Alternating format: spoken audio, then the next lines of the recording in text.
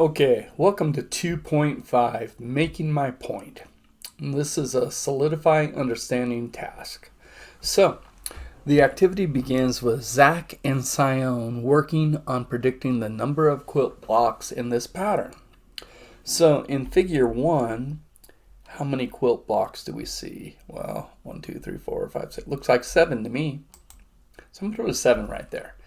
Now, I'm going to try to make it easier than just counting blocks. So I'm going to copy this pattern of figure 1 and put it right there.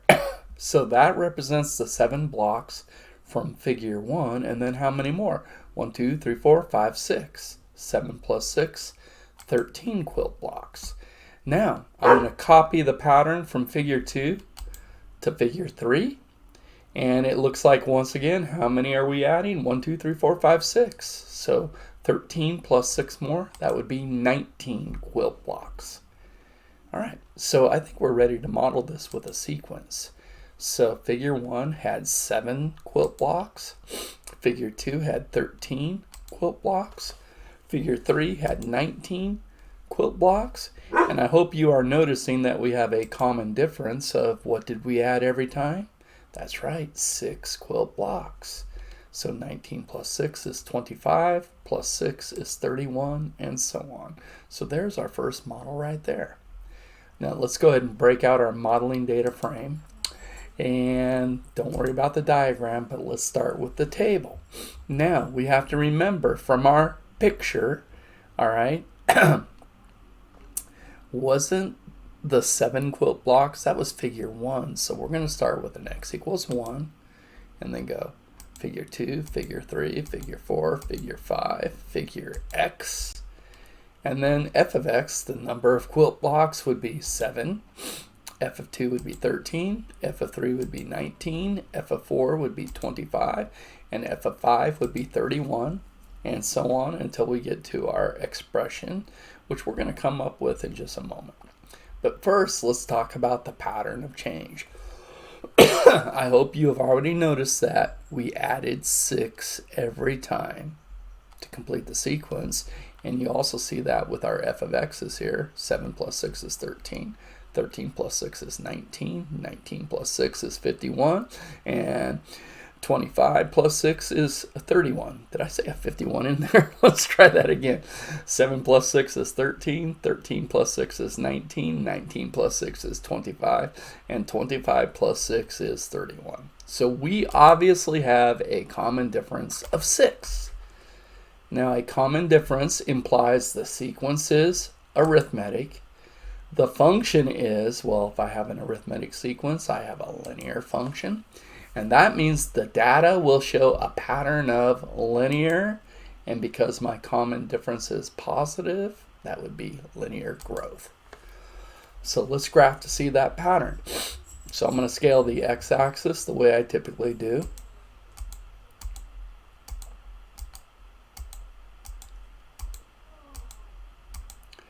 And now my f of x, or my y-axis right here, well, I think I have to get up to 31. How about if I go by 2s?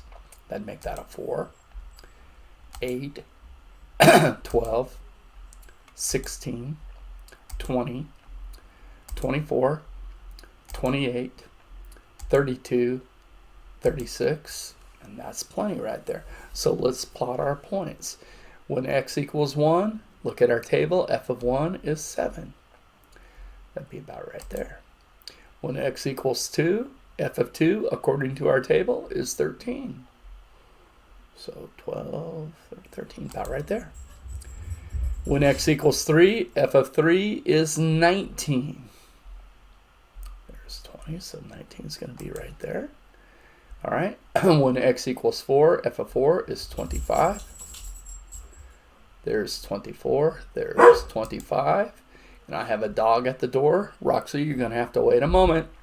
And when x equals 5, f of 5 is 31. There's 32. 31 would be right there. Now, let's think about how we're going to finish this. Is this data going to be discrete or continuous? Now remember the diagram. I wish I would have put a copy of the diagram right there. I should have. but I did not, so, but we can still picture it. All right.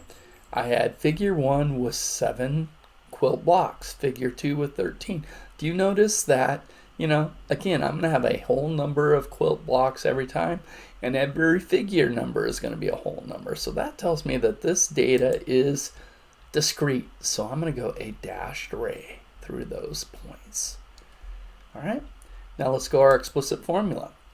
Now remember, all right, this is linear, so it's either f of x equals mx plus b or m times the quantity x minus 1 plus b. And do you notice there's my m? And we're starting with a x equals 1, so I did m times x minus 1. And then plus b. And now you just need to know the parts here. So f of x equals, my slope, m, is my common difference. That's a 6. And you should see right now in this graph we have a slope of 6. We're rising 6 and we're running 1 every time. Okay, and then the b is simply my first y output. So that's f of 1 in this case, so that's a 7. So that implies that the expression for all of these f of x's would be 6 times the quantity x minus 1 plus 7. Okay, now our recursive formula. F of blank equals blank. We'll look at your first point. X is 1, f of 1 is 7. So f of 1 is 7. And then my recursion equation, f of x equals f of, that's right, x minus 1. And what did we do every time? We added 6. So the pattern of change is adding 6 to the previous output, plus 6. Now to finish up, where we are going now. F is and we already decided that this was a discrete function. That's why we have the dash array. And when we have a discrete function, our domain is in set notation. And set notation means we have x equals and we use birdie brackets. And now we just list the x's in our table. 1, 2, 3, 4, 5, and so on. So those are the perfect models for the diagram on the previous slide. Okay, so when Zach and Sion compared their results, they had an interesting discussion. Zach, I got y equals 6n plus 1. Now, didn't we just get f of x equals 6 times the quantity x minus 1 plus 7? Zach, I don't think that's going to work. But Zach did try to justify his response here, so let's see what he has to say. Because I noticed that 6 blocks were added each time, and we're saying that with the slope of 6 right here, so we agree with that. So the pattern must have started with 1 block at n equals 0. Well, let's take a look at our table. Here's our table, and we started with an x equals 1, and Zach is starting with an n equals 0. Now first, we're using x's, Zach is using n's, that's okay, but he started with a 0. Interesting. So let's see, could I go 5, 4, 3, 2, 1? How about if I slip a 0 right there? And then he said, what? There would be 1 block at n equals 0. So he's saying f of 0 is 1. Now let's see if that fits our pattern. 31, 25, 19, 13, 7, and 1. Hey, that works. So if we had started with an x equals 0, we would not have the x minus 1 right here in our expression. All right. If we start with an x equals 0, we're just going to go mx plus b. So I'm kind of excited. Let's see if we can change our formula right now. Okay, now if that is not there, we have 6 x minus 1 plus 7. But it is there, so let's change this x minus 1 to an x, and then our common difference, or our slope, is still 6. And now our plus b is our y-intercept 1. 6x plus 1, y equals 6n plus 1. Zach, you are correct. Great job, man. We went a different route there. Okay, let's take a look at Sion. Sion, I got y equals 6 times the quantity n minus 1 plus 7. Now, isn't that what we had? I believe it is. So if I take Zach's 0 and 1 out, we get that 6x minus 1 plus 7, which is exactly what Sion got. And let's see how she saw it, because I noticed that at n equals 1, there were 7 blocks. 1, 7, okay? At n equals 2, there were 13. 2 and 13, good. So I used my table to see that I could get the number of blocks by taking 1 less than the n.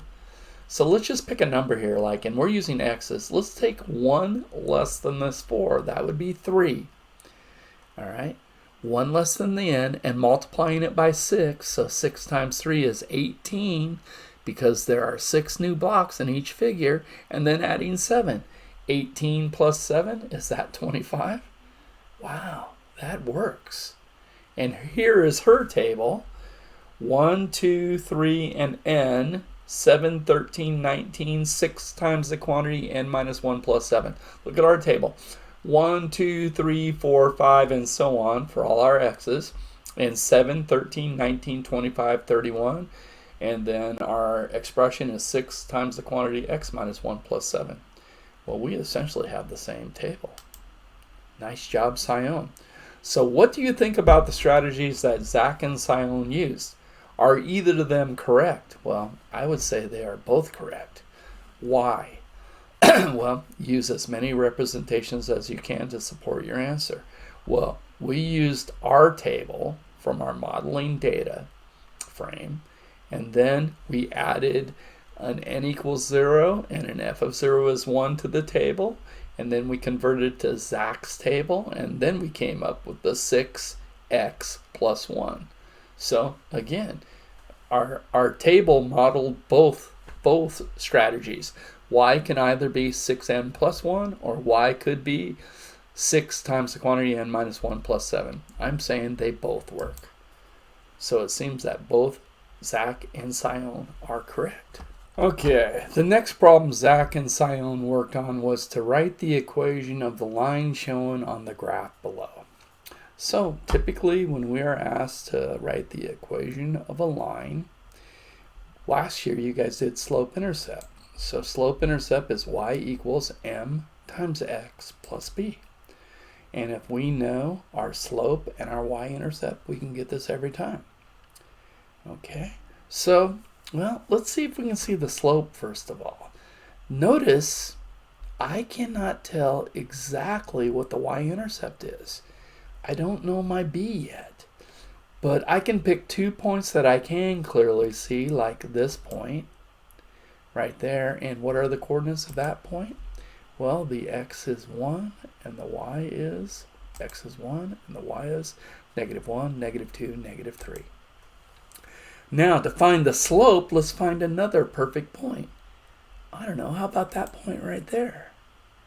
All right, and I don't need the coordinates of that point. I could find them. I just need to look at my slope. Do you agree that to get from this point to this point, m equals, and I am dropping 1, and I am running 1, 2. So my slope is -1/2. But what's this y-intercept right there? It's not an integer, all right? So what can I do? Well, we've been slowly developing this moment. There is another form to a linear equation, and you have been using it quite often. You just haven't known it. And that's called point slope.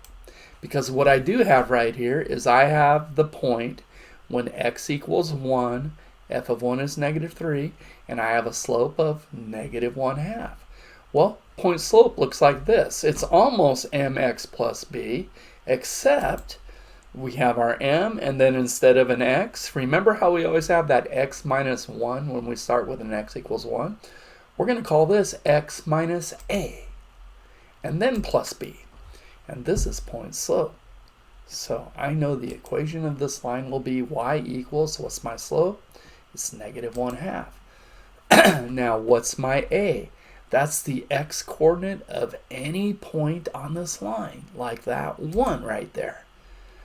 Plus my b, and that is the y-coordinate of the point that I'm using, which in this case would be -3. So I could write plus -3 or just -3. And that is the equation of that line. When they were finished, here's the conversation they had about how they got their equations. So Sion, it was hard for me to tell where the graph crossed the y-axis. We agree with that. Okay, remember, we couldn't tell what that y-intercept is right there. We know it's somewhere between -2 and -3, but we don't know what it is exactly. So I found 2 points that I could read easily. -9, 2. Well, let's check that. -1, 2, 3, 4, 5, 6, 7, 8, 9, and go up to 2. That's that point right there. And what's her other point? -15, 5. So -9, 10, 11, 12, 13, 14, 15, and go up 1, 2, 3, 4, 5. That point right there. Okay, I agree with those 2 points. I figured out that the slope was -1/2. So let's find the slope between these 2 points with a slope triangle. And it looks to me like to get from this point to this point, I am dropping 3. And I am running 1, 2, 3, 4, 5, 6. So -3 over 6, rise over run, does reduce to -1/2. So we agree. The slope is still -1/2. And then she made a table. Interesting too. The x-coordinate of her first point on the left was -15, so she started with a -15. And she's putting her run right into this. She was running to -15, -13, -11, -9, and n. And then she put her rise, which is the numerator, -1, and she went from 5, 4, 3, 2. Very cool, Sion. I was surprised to notice that the pattern was to start with the n, add 9, multiply by the slope, and then add 2. That's kind of complicated, but she gets the -1/2 x plus 9 plus 2. Okay, now that is not exactly what our equation was, but I think that's going to work. Let's prove it. Now, let's check our table just to make sure we have this slope of -1/2. Okay, remember, slope is rise over run, and rise is delta y, the change in y. Okay, and the change in the y's here are -1, and the change in the x's, I did that first, are +2's. All right, so my slope is the change in y over the change in x, -1/2. Okay, cool. That works. And now let's use one of our points. So point slope would be y equals m times the quantity x minus a plus b. We have our slope, -1/2, x minus a, and let's see. She used her first point here. X minus a is -9, and we're going to write x minus -9 as x plus 9, and then plus b becomes the 2 plus 2. It works. Nice job, Sion. Interesting. Her equation is not exactly like our equation, but they are both equations for that line. Beautiful. Okay. Zach, hey, I think I did something similar, but I used the points 7, -6. Let's see if that would work. 7, 1, 2, 3, 4, 5, 6, 7, -6, 1, 2, 3, 4. Yeah, it's right there. Let me get it perfect. Right there. Okay, 7, -6, and 9, -7. So I need to go 2 more to the right, 9, and 1 more down. And that looks good too. All right, so let's see if we get the same slope. M equals, well, if I go from this point to this point, I am rising -1, and I am running 1, 2. Yep, same slope. One of us must be wrong. Well, let's see. Hold. I ended up with the equation f of x equals -1/2 times the quantity x minus 9 minus 7. Wow, Let's see if his equation works. Okay, point slope. Remember, y equals m times the quantity x minus a plus b. Well, our slope is -1/2, and that was our slope, Zach's slope, and Sion's slope, -1/2. But now, Zach is using, look at this, -9, -7. He's using this point right here, x minus a. Well, his a is 9. X minus 9 plus b minus 7. So it looks like his will work. Wow. How can we both be right? What do you say? Can they both be right? So here's Zach's equation. Here's Sion's equation. And we even had a different equation. We had y equals -1/2 x minus 3, x minus 1 minus 3. Okay? Now, can we check these? Let's just choose a random x value and plug that value into all three equations to see if we get the same answer every time. Okay? So let's go to Sion. If x is 1, I see a 1 plus 9 is 10. -1/2 of 10 would be -5 plus 2. That would give me a -3. Zach. Well, if x is 1, I get 1 minus 9 is -8. -1/2 of -8 would be a 4 minus 7, and that's also -3. Wow! Let's look at ours. X is 1. Oh, ours is great. 1 minus 1 is 0. 0 times anything is 0. And what do we have left? That -3. They all worked. They are all right. Beautiful. Okay, Zach. My equation made me wonder if there was something special about the point 9, -7. Since it seemed to appear in my equation, f of x equals -1/2 x minus 9 minus 7. Where do we see x is 9 and y is -7? Well, I see the opposite of 9 right there, and then I see the -7 right there. When I look at the number pattern, now notice something interesting. The same thing seems to happen with your equation. So we have -1/2 x plus 9 plus 2, and Sion's point was -9 too. It looks like we see the same pattern. See, because what's the opposite of -9? Plus 9, and then 2 plus 2. And that is how we have developed point slope. Y will always equal our slope times the quantity x minus the x coordinate of the point we are using plus the y coordinate of the point we are using. And that's going to work every time. So let's do it one more time with Zach and Sion. Here's Zach again. Zach had a slope of -1/2, and he used the point with an x coordinate of 9, so we're going to go the opposite of that, x minus 9, and a y coordinate of -7, minus 7. Sion had the same slope, -1/2, but her point, her x coordinate was -9. The opposite of -9 is plus 9, and her y coordinate is 2, plus 2. Y equals m times the quantity x minus a plus b will work every time. How cool.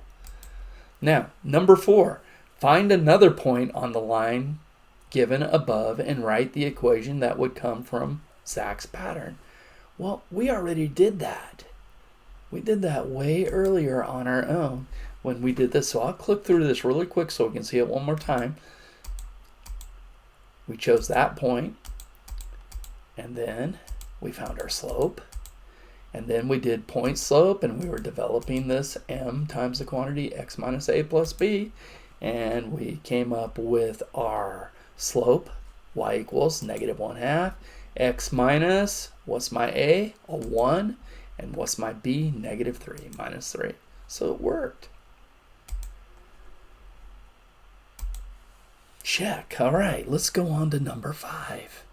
Okay, so number 5. What would the pattern look like with the point x equals a, y equals b? So we can pick a random point anywhere on this line and call it AB. So there's my point, and I'm calling that x equals a and y equals b. All right. If you knew that the slope of the line was m, well, here we go. It's what we have been developing. Point slope. What's the slope of our line? I'm not looking at the line here. They told me it was m. So I'm going to go y equals m times the quantity x minus, and what is the x coordinate of my point? It's an a.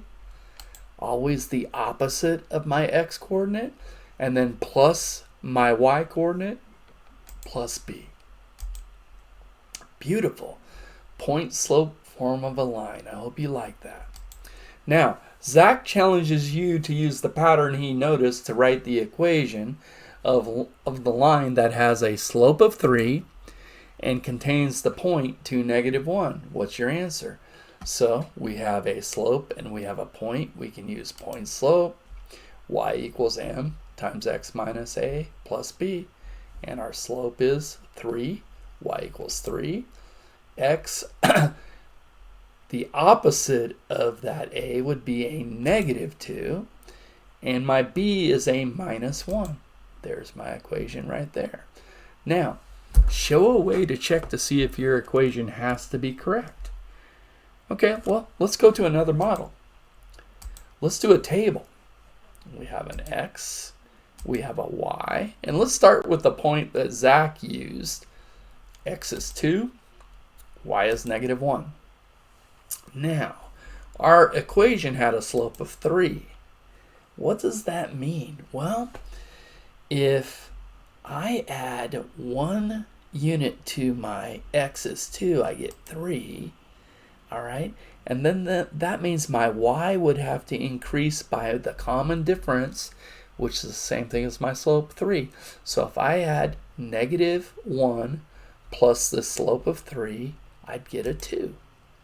Now I just need to check and see if this ordered pair exists on this line. So I'm going to take our equation and I'm going to rewrite it. And what is the y? It's a 2. 2 equals 3 times x. What's the x? That's a 3 minus 2 minus 1. So does the right-hand side of this equation equal 2? Well, order of operations, 3 minus 2 is 1. 1 times 3 is 3. Take away 1 and you get a 2. That worked. Beautiful. Number 7, Sion challenges you to use the pattern to write the equation of the line graph below, using the point when x equals 5, y equals 4, which is highlighted right on that line. Okay, I have a point, so let's think about our point slope. Y equals m times x minus a plus b. All right. Now, I don't know my slope yet, but I have an a and a b, and the opposite of that a would be what? Opposite of 5, -5, and the b would be a 4. So now, if I can find my slope, I have my equation. So let's pick another point that we can clearly see on this graph right here. Maybe that point right there. Well, let's think about it. Okay, if I go from this point to this point, m equals rise over run, so I'm rising 1, and I'm running 1, 2, 3.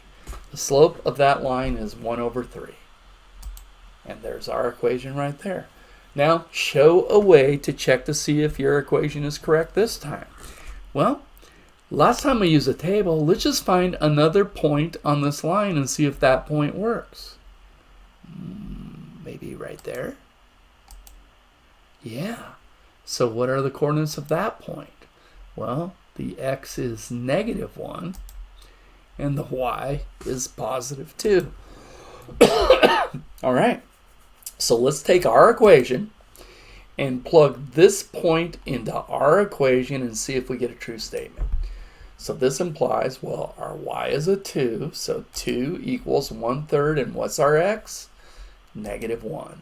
Now, does the right-hand side equal 2? Well, -1 minus 5 more would be -6. 1/3 of -6 is -2, plus 4 is 2. It worked. Wow, that is so cool. Okay, number 8, Zach. I'll bet you can't use the pattern to write the equation of the line through the points 1, -3 and 3, -5. Try it. Well, if I'm just given 2 points, can I find the slope? Now remember, slope is rise over run, which in terms of x's and y's, that would be y sub 2 minus y sub 1 over x sub 2 minus x sub 1, which equals, now let's plug those values in. So y sub 2 was -5 minus y sub 1, -3. I'm going to write minus a -3 as plus a 3. And then x sub 2 is 3 minus x sub 1, 1. Let's do the arithmetic. -5 plus 3 is -2, and 3 minus 1 is 2. And a negative over a positive is negative, so that's going to be a -1. So our slope's -1. So point slope, y equals m times the quantity x minus a plus b. All right, so y equals, what's our slope? It is a -1. I'm going to write it out just like that, but if you just wrote a negative right there, that would be appropriate. Minus the x-coordinate of my point, so pick a point. The x-coordinate is 1, so can I go minus a 1? And the y-coordinate is -3, so can I make this plus b a -3?